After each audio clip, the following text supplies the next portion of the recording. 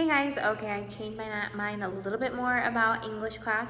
We are only going to focus on finishing this chapter today and doing our summary on that, okay? So I'm going to be changing English class a little bit this week.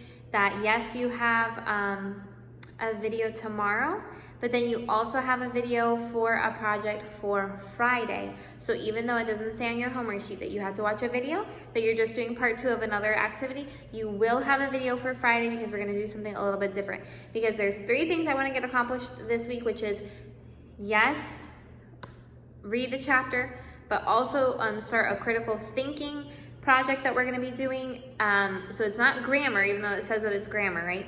It's a critical thinking project that we're doing, and then also start your cover letter, okay, which is part of your resume, your curricula, I think that's how you say it, resume in English, okay? So those are 3 things that we are trying to accomplish, and then follow up with a few of those next week as well, and you have feriado on Friday. So to kind of get all of it in together, you will have a video for Friday on the project, and today we're just going to be focusing on finishing our chapter here so we don't overwhelm or try to fit like 2 huge things of English into one. Okay, so today we're going to figure out why were they so focused on considering William Lithgow a spy during this from the Inquisition. My theory was that since it was against the law for the Spanish Inquisition to put on trial a British Protestant, okay, since he was a visitor in the area as tourist, and that was already considered against the law now, they decided to put him on trial for something else, even though really, escondidamente, they were just trying to punish him because they knew he was a Protestant. Okay, that is my theory. Let's see what happens today. We're starting on page 74. It says, Lithgow knew that he was being removed to a place of torture. Although the men who guarded him refused to give him any information concerning their destination.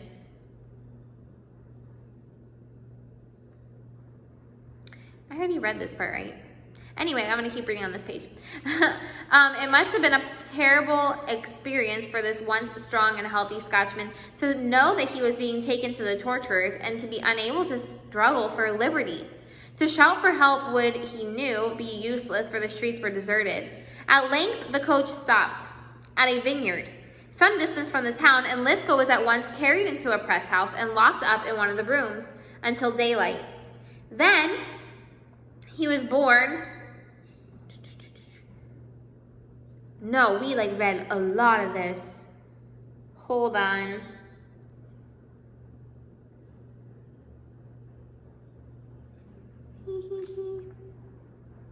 Page 76. Let's go to page 76. Okay, here we go. He did not know that the governor had at last satisfied himself that the man whom he had so barbarously eluded was not a spy. Okay? He didn't know that he had given that up, that he knew he wasn't a spy. Okay? So we'll see what happened, because remember, he was thinking that he was going to go back to the rack, but he was left in his prison, right? So look what it says. The governor had reported to the authorities at Madrid the visit made to Malaga by the British fleet, and had received a reply from the government notifying that it was quite satisfied that the admiral had no unfriendly intentions. Okay, so all of this that they were saying, all the show that he was a spy who spent time here where he never went. And then he knew that the British fleet, remember what's a fleet?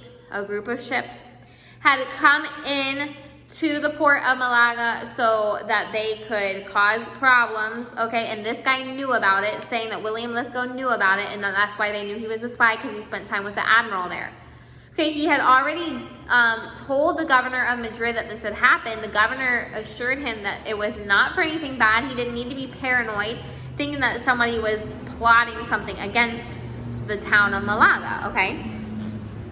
Remember that they're a little on edge because remember at the beginning they thought who was coming? They thought the Turks were coming. So they're thinking for sure it's got to be a problem somewhere. The guy says it wasn't supposed to be taken badly what was going on. So look what it says. This reply was a proof of Lithgow's innocence, and doubtless the governor regretted that he had caused the prisoner to be put to torture. Certainly, it placed him in a very awkward position. Okay, so I guess my theory was wrong. Maybe he really did think he was a spy. If he released his prisoner, the British government would hear of the treatment he had received and demand satisfaction from Spain, and his own government would probably severely punish him for having caused trouble with England. Okay, so that's the position that he's in. Let the man go because he didn't do anything wrong, but now he's going to pay hootie kar himself. He's going to get himself in trouble with the government of England for treating an Englishman that way. Apparently, the anxious official came to the conclusion that it would be best for him if Lithgow died in prison. Great. He did not give instructions for him to be murdered, but he devised a plan for slowly killing him. Look what pride does to you. He had noticed that the room in which the prisoner lay was infested with filthy vermin, and that Lithgow was being unable to move his arms, was powerless to brush away those which crawled onto him. So it's already disgusting what he sounds like he's going to let happen to this guy, but vermin is parasites, okay? So what it says, he's unable to brush it away. Therefore, he ordered the keeper to periodically sweep all the vermin in the room onto the prisoner. The resultant suffering would certainly have killed him had it been prolonged, but the Turkish slave, pitying the Scotchman, crept in at night, swept away the vermin, and burnt them. Towards the end of January, the slave told Lithgow that the books and papers belonging to him were being translated into Spanish by an English priest attached to the bishop's college and a Scotch cooper. This was indeed bad news, although not entirely unexpected. Okay, so remember, he had given his journals over to them, trying to prove his innocence, but they took it as him definitely being a spy because he had so many detailed notes of everywhere he had gone. So that they were still deciding to transfer that into Spanish so that they could read what he was saying in those notes, okay? In his journal, Lithgow had written many things concerning the Romish religion, okay? So he had spoken about Catholicism, which means now he is going to be in trouble for what he said about that. And the profligate lives of the priests.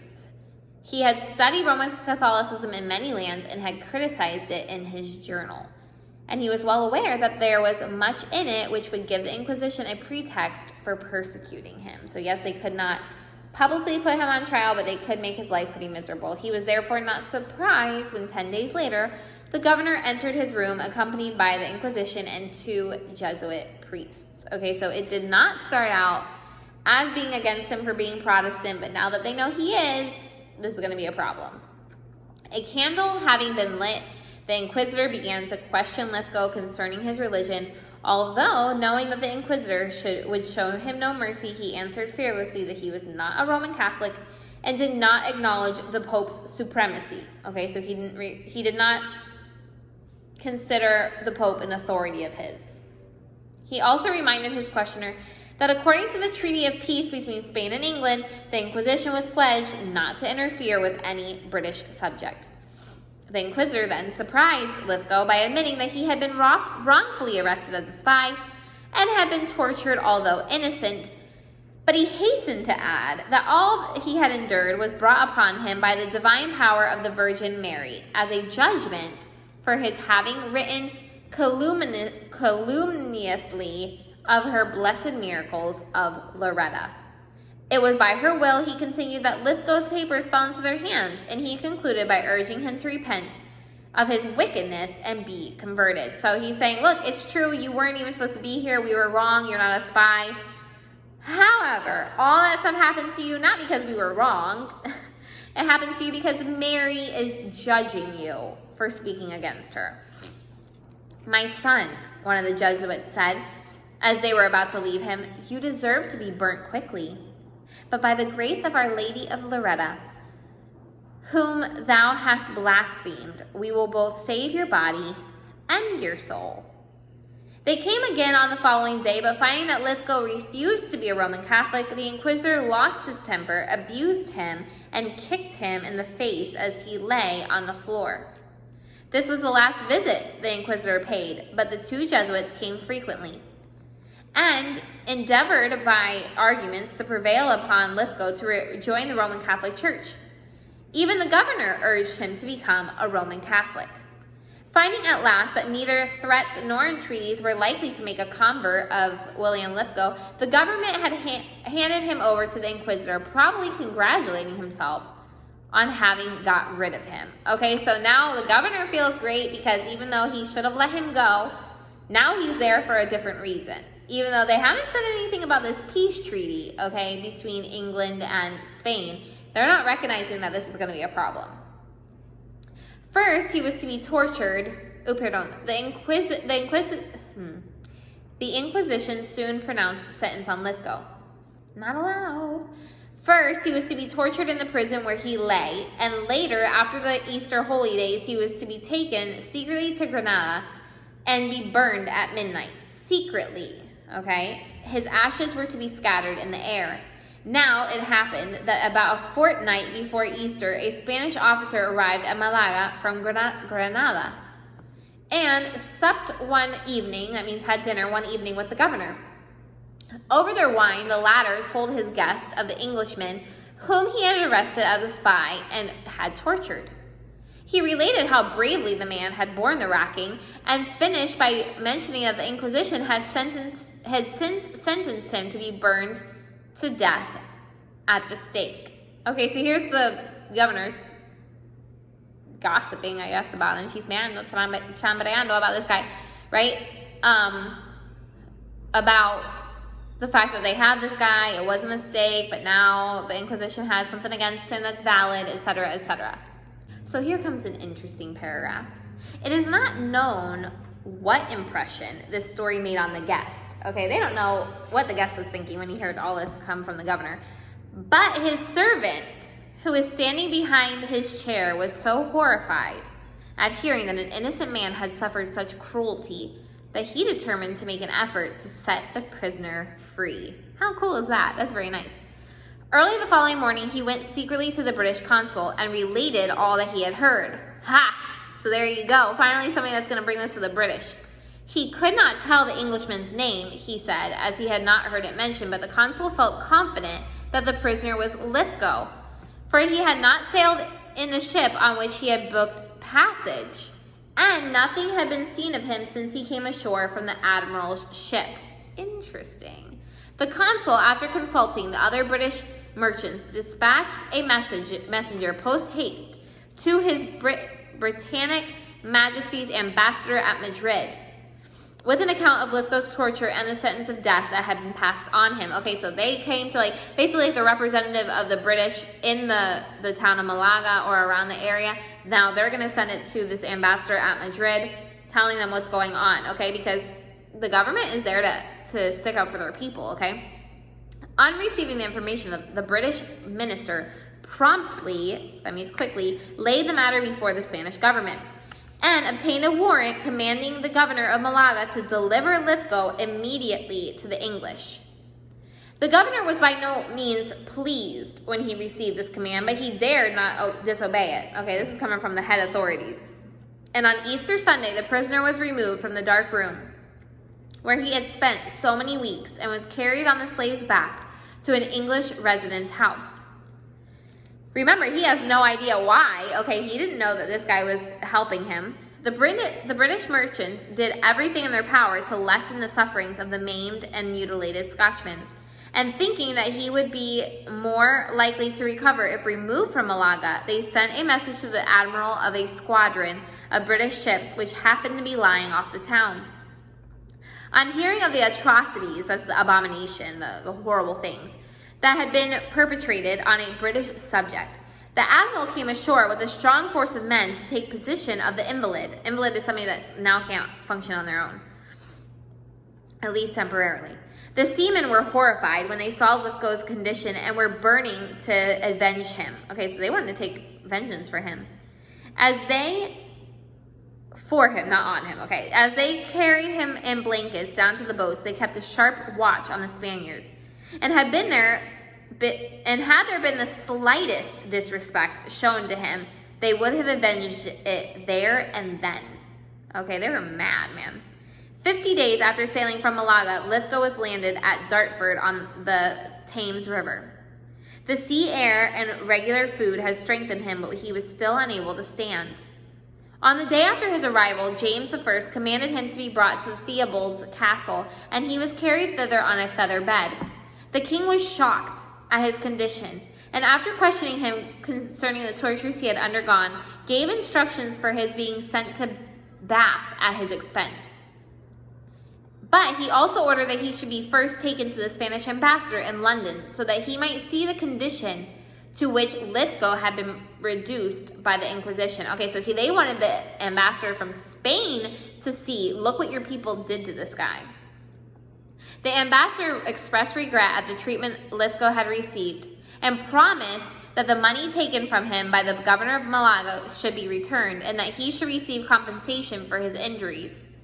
This promise, frequently repeated, was not fulfilled. They promised it, but they never did anything for him. Lithgow never recovered the use of his left arm, but his health improved. And returning to Scotland, he devoted himself to literary work and lived to be 63 years of age. Okay, so he did escape with the help of that servant. How cool is it that that guy stood up for him and was like, this is horrible. He didn't even know him, but he said, no, you don't treat people like this. And then the British government did what they should do, which is helping their people, okay, get out of the hands of the horrible Spanish Inquisition. Okay, so you know what to do. 2-minute video. 2-minute voice note telling me what happened in the story, beginning, middle, and end. Under 2 minutes. You guys speak very fast in those audios. Very good. Okay, giving me very good information. Thank you. Bye.